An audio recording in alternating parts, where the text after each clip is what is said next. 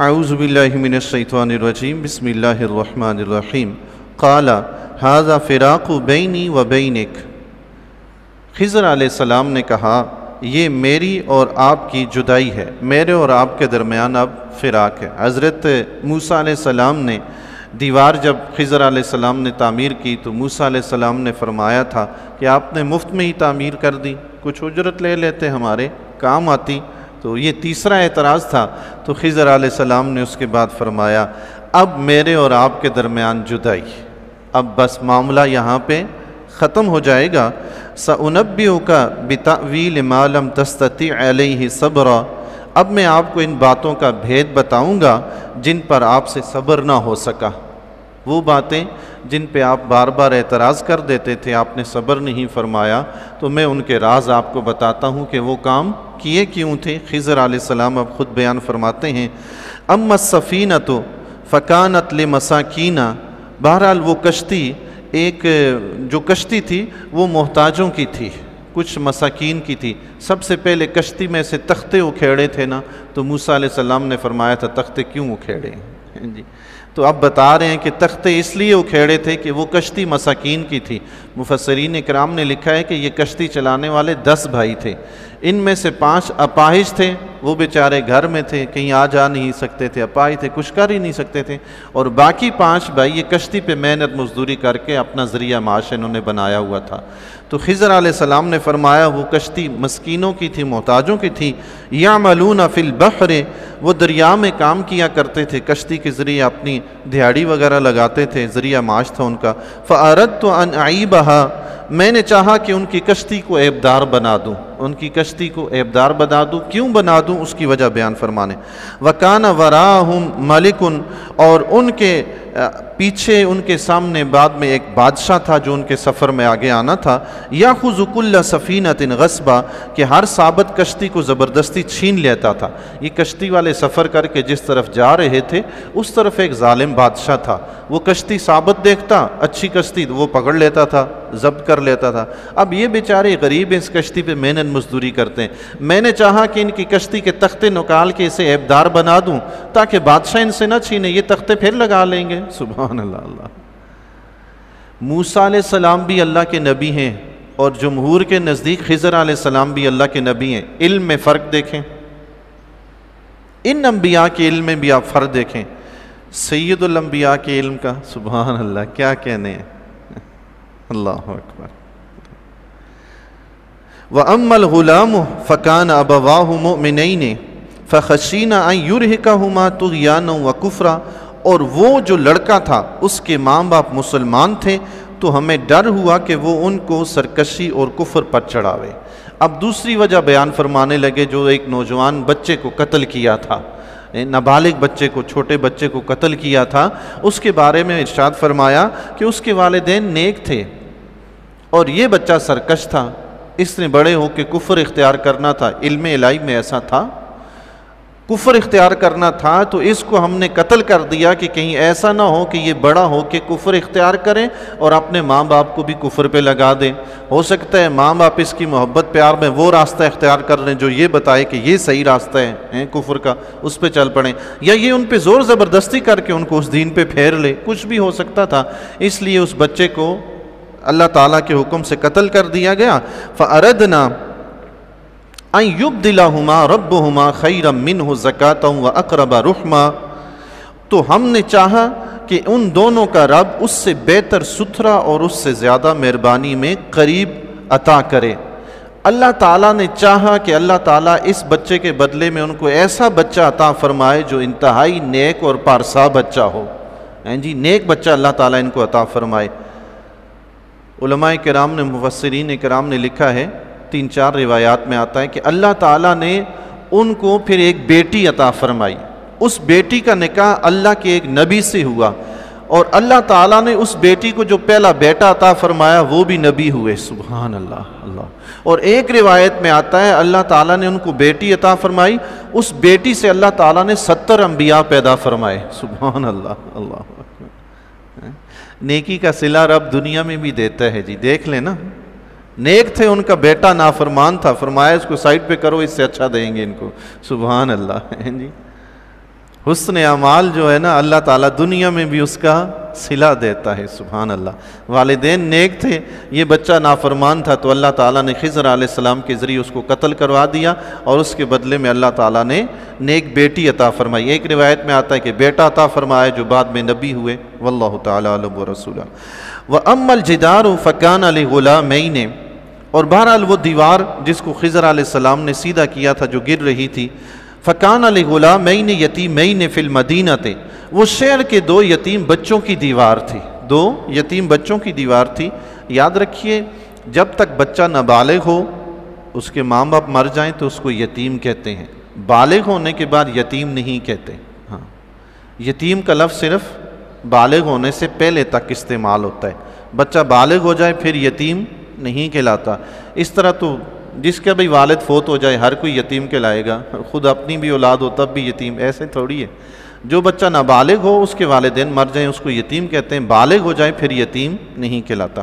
تو یہ مطلب نابالغ بچے تھے، چھوٹے تھے۔ وَكَانَ تَحْتَهُ كَنْزٌ لَهُمَا، اور اس دیوار کے نیچے ان کا خزانہ تھا، اس دیوار کے نیچے ان کا خزانہ تھا۔ بعض روایات میں آتا ہے سونا چاندی تھا، اور ایک روایت میں پڑھا کہ اس میں علم دین کی کچھ کتابیں تھیں جو دیوار کے نیچے دفن تھی، لیکن زیادہ صحیح یہی ہے کہ وہ خزانہ تھا، سونا چاندی وغیرہ مال وغیرہ تھا۔ وَكَانَ أَبُوهُمَا صَالِحًا، اور ان دونوں کا باپ جو تھا، ان کے والدین جو تھے نیک اور پرہیزگار تھے، سبحان اللہ۔ پچھلا جس بچے کو قتل کیا اس کے والدین بھی نیک پرہیزگار تھے، اور ان کے بھی والدین نیک پرہیزگار تھے۔ ان کے ساتھ یہ کام ہو رہا ہے، اس کو قتل کر دیا گیا، وجہ چونکہ وہ خود نافرمان تھا، وہ خود سرکش ہونا تھا، اس لیے اس کو قتل کر دیا۔ یہ بچے اچھے تھے، اب ان کی حفاظت کے لیے کیا کام کیا گیا، سبحان اللہ۔ اللہ، وہ بھی نیک ماں باپ کی اولاد، یہ بھی نیک ماں باپ کی اولاد۔ اس سے بزرگان دین نے فرمایا، مفسرین نے لکھا کہ مسلمانوں کو چاہیے کہ وہ نیک پارسال لوگوں کی اولاد کی قدر کریں، ان کی خدمت کریں، ان کے ساتھ حسن سلوک کریں، اور اگر نیک والدین کی، نیک پارسال لوگوں کی اولاد بگڑ جائے تو ان کو تنبیہ بھی کریں، ان کو سزا بھی دیں، نصیحت بھی کریں۔ خضر علیہ السلام نے تو قتل ہی کر دیا، نافرمان تھا، اس کو قتل ہی کر دیا۔ تو دوسرے جو یتیم بچے نیک تھے، اچھے تھے، ان کے لیے خضر علیہ السلام نے دیوار کو سیدھا کر دیا تاکہ ان کا خزانہ وہاں پہ چھپا رہے۔ فَأَرَادَ رَبُّكَ أَن يَبْلُغَا أَشُدَّهُمَا، تو آپ کے رب نے ارادہ فرمایا کہ جب وہ دونوں بلوغت کی عالم کو پہنچیں، جوانی کو پہنچیں، وَيَسْتَخْرِجَا كَنْزَهُمَا، اور وہ اپنا خزانہ نکال لیں۔ ابھی وہ چھوٹے ہیں، دیوار گر گئی، خزانہ نیچے سے نکل آیا، لوگ چھین لیں گے، وہ بیچارے تو حفاظت نہیں کر سکیں گے۔ رب نے چاہا کہ خضر اس دیوار کو سیدھا کر دو تاکہ میرے محبوب بندوں کے بچوں کے جو خزانہ ہے وہ پوشیدہ رہے، ان کے کام آئے، سبحان اللہ۔ دیکھیں نا جی، مفسرین حضرت محمد بن منقدر رحمۃ اللہ تعالیٰ علیہ سے روایت فرماتے ہیں، نیک لوگوں کی وجہ سے اللہ تعالیٰ ان کی اولاد، اولاد کی اولاد، ان کے پورے خاندان، حتیٰ کہ ان کے پڑوسیوں کی بھی حفاظت فرماتا ہے، سبحان اللہ، نیک لوگوں کی وجہ سے۔ یا تو اللہ اپنا فضل فرمائے ہمیں خود نیک بنا دے، یا اللہ نیک لوگوں کی صحبت نصیب فرمائے ہمیں پڑوسی اللہ تعالیٰ نیک عطا فرمائے کہ ان کی وجہ سے ہم پہ بھی اللہ کی رحمت برسے ہیں، سبحان اللہ۔ رحمت من ربک، آپ کے رب کی رحمت سے، سبحان اللہ، یہ رب کی رحمت سے۔ وما فعلتہ عن امری، اور یہ سب کچھ میں نے اپنے حکم سے نہ کیا، میں نے اپنے حکم سے نہ کیا۔ ذالک تأویل ما لم تستطع علیہ صبرا، یہ بھید ہے ان باتوں کا جس پر آپ صبر نہ کر سکے، سبحان اللہ، اللہ اکبر۔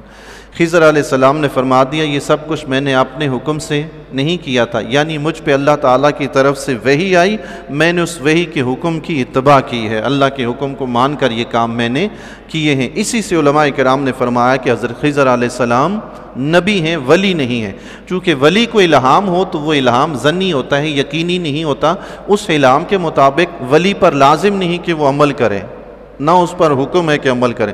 اب ولی کو الہام ہو کو کسی کو قتل کر دو، شریعت اس کو اجازت نہیں دیتی کہ وہ قتل کرے، لیکن خضر علیہ السلام چونکہ اللہ کے نبی تھے، وہ الہام کے مطابق عمل کرتے تھے، ان پر کرنا لازم تھا، اللہ کے نبی ہیں، جیسے وہی آئے گی ویسا وہ کریں گے، تو اسی سے ثابت کیا علماء کرام نے کہ وہ نبی تھے۔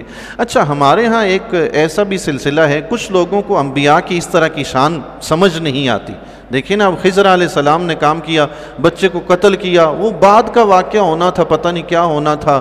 اب کشتی والوں کے تختے اکھیڑ دیے، بادشاہ نے بعد میں آنا تھا، خضر علیہ السلام نے پہلے ہی جان لیا کہ ایسا ہو سکتا ہے۔ جی کچھ لوگوں کو انبیاء کی یہ شان سمجھ نہیں آتی نا، وہ سمجھتے انسان، تو انہوں نے کہا کہ یہ خضر علیہ السلام نہیں تھے، یہ کوئی فرشتہ تھا جو موسیٰ علیہ السلام جس کے پاس گئے تھے، کوئی فرشتہ تھا۔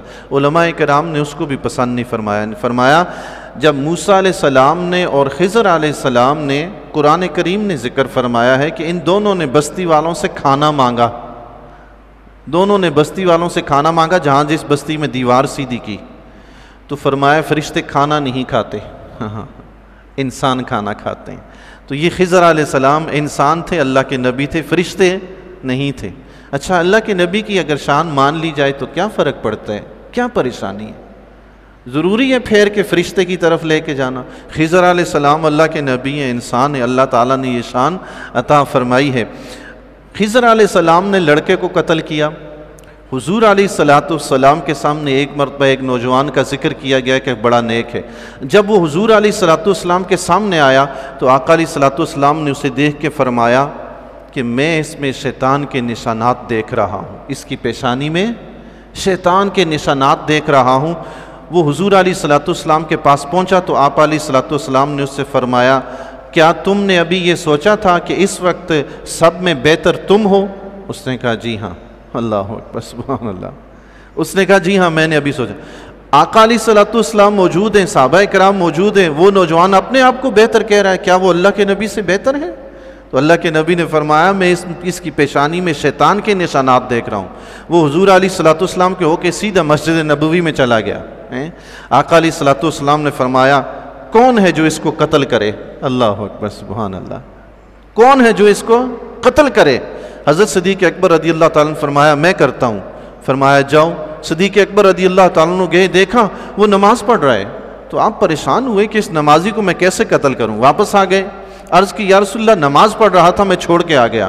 آقا علیہ السلام نے پھر فرمایا کون ہے جو اس کو قتل کرے؟ حضرت عمر رضی اللہ تعالیٰ نے فرمایا میں کروں گا۔ گئے، وہ پھر نماز پڑھ رہا تھا، آپ پھر واپس آ گئے۔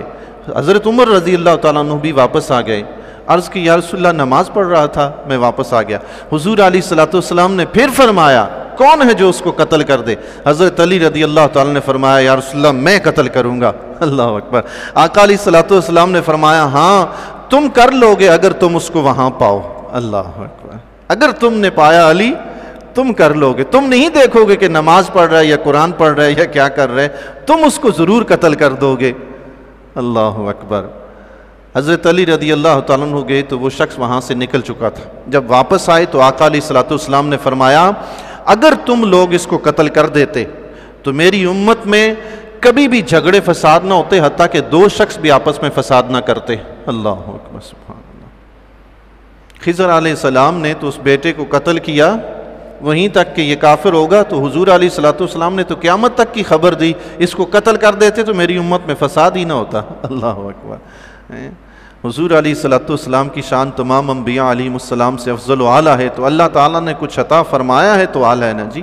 اللہ تبارک و تعالیٰ انبیاء علیہ السلام کی شان کو سمجھنے، ان کی کما حق کو تعظیم و توقیر کرنے کی توفیق عطا فرمائے۔